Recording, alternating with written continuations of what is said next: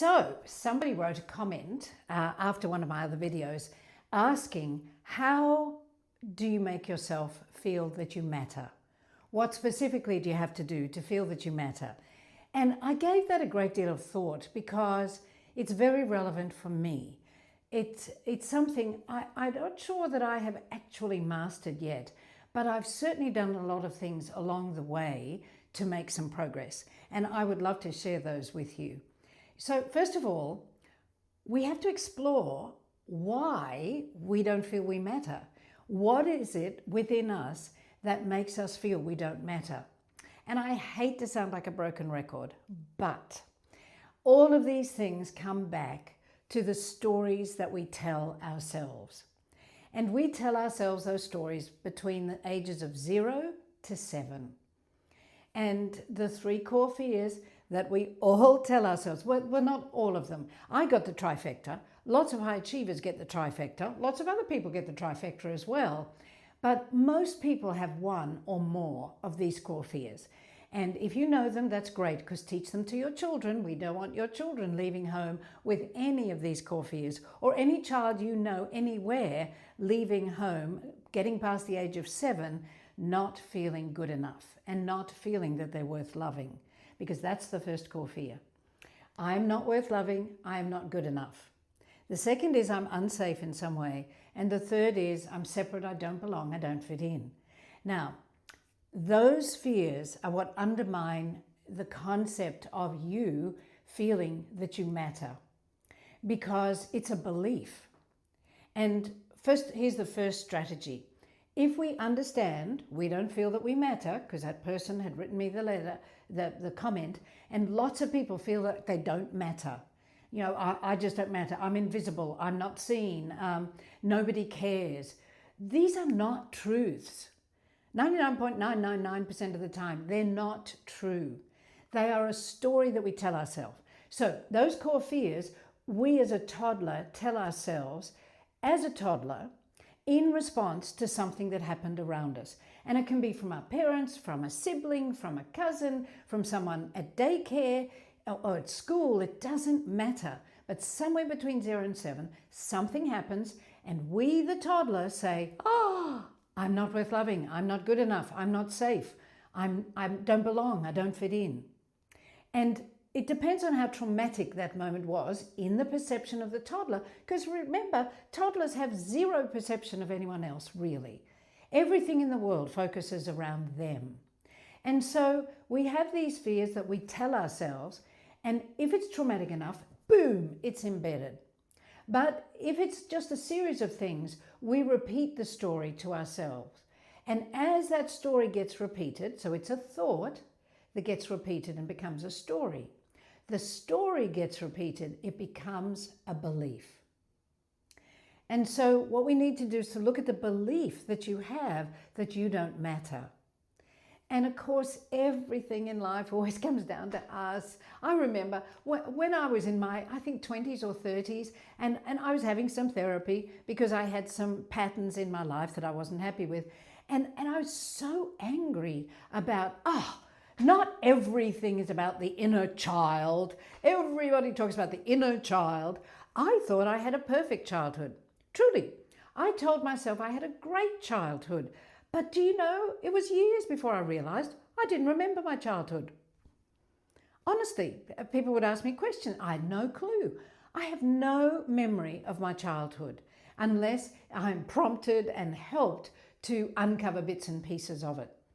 So there I am, irritated that everything comes back to the inner child and all these people are talking to me about it. Well, lo and behold, what do I drain on about all the time?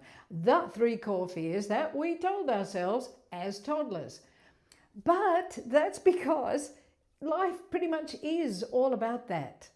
And if you've told yourself you're not worth loving and you're not good enough, how can you possibly feel like you matter? Because what happens, those stories that we have turned into beliefs are embedded, and we unconsciously emanate those thoughts to everyone around us. And they respond to us in the way that will reinforce those beliefs. And they don't do it consciously either. There's all this unconscious stuff happening in the quantum. So somebody wrote a comment after one of my other videos asking, how do you make yourself feel that you matter? What specifically do you have to do to feel that you matter? And I gave that a great deal of thought because it's very relevant for me. It's something I'm not sure that I have actually mastered yet, but I've certainly done a lot of things along the way to make some progress. And I studied quantum physics for a very long time, and we're all connected all the time. Even me and you through this video, we are actually energetically connected because we are all in the one field. And part of the reason you pick up how authentic I am is because I am. And I'm telling you the truth. And I could sound like, you know, a fabulous guru where I've got this, I've mastered all of this, and I'm here to teach you how to do this. But the truth is, I've been working on this myself for a long time. And what I can do is share with you the things I've done that helped me make progress to where I feel much better at that I matter.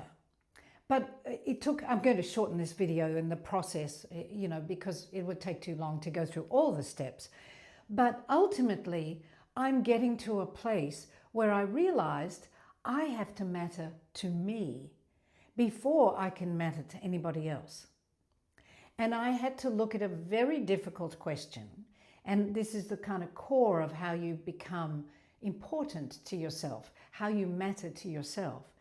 And it's, how is this belief serving me? And that's a really tough question because first of all, you've got to accept that you've given yourself a belief that you're not worth loving, you're not good enough, you're not safe, you don't belong, you don't fit in, that you don't matter.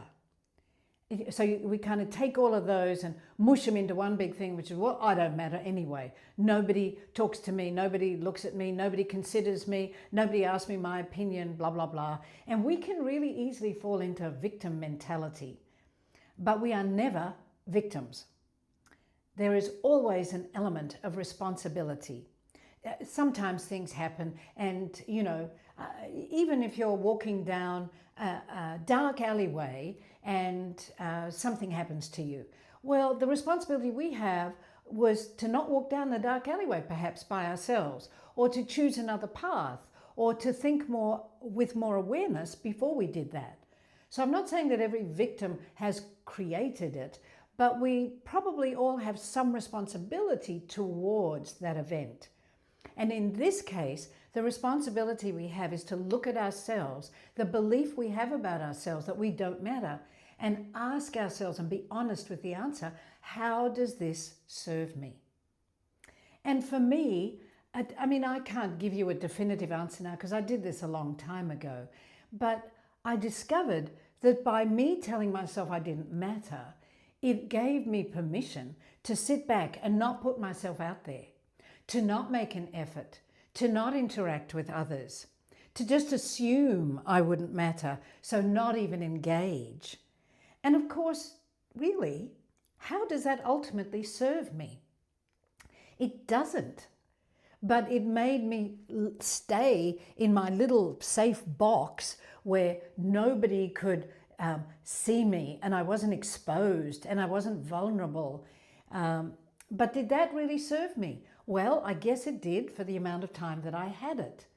But once I recognized it, it really wasn't serving me because I didn't want to be isolated. I didn't want to be alone. I didn't want to be disengaged. I didn't want to be uninvited in places. I wanted to be living and to be embraced by other people and have a community around me and be with other people.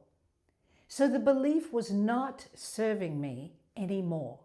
It served me for a period of time, but not anymore. So having acknowledged that, so first step, acknowledge the responsibility that it's us that making us feel we don't matter, and we are telling ourselves we don't matter to us. Second, ask yourself, how is this belief serving me? And be really honest. It's not an easy question, I promise you. It takes a bit of time to work it out, but take the time because once you get there, it's really good. And then the third thing is to work out, okay, If I do matter, how do I want to behave differently? And how do I want my life to look differently? What do I want in my life? Will I give myself permission to have that? So the third step is, will you give yourself permission to feel that you matter, to feel that you are able to engage in life, engage with groups, create a community, be a part of a community, contribute to that community, say things in the community and be vulnerable and be authentic. Because feeling like you don't matter means that we put on a facade, and goodness knows imposter syndrome is alive and well. And look at what imposter syndrome is. That's another video, but just touching on it. Imposter syndrome is we walk around and we're behaving in a particular way, but we're terrified that someone's going to find out who we really are, that we really don't matter, that we're really insignificant, that we're just dumb, or whatever it is that we're worried about. So there are 3 steps that you can do. First of all, recognize you're telling yourself you don't matter, and you're not treating yourself as if you matter. So what would you do differently if you did matter? And have a look at the beliefs and ask yourself, how is this belief serving me? And then give yourself permission to change, to be different, to be vulnerable, to be out there, to be your authentic self. Because there will be people who will love you just as you are, your authentic self. And you really do matter. Everybody matters. We've just told ourselves we don't. But every single being on this planet matters. So watch my eyes as I say this to you and feel it from my heart. You matter. You matter a great deal to a lot of people. You just may not know it yet. So go forth, do those things, and let me know how you go. See ya. Always look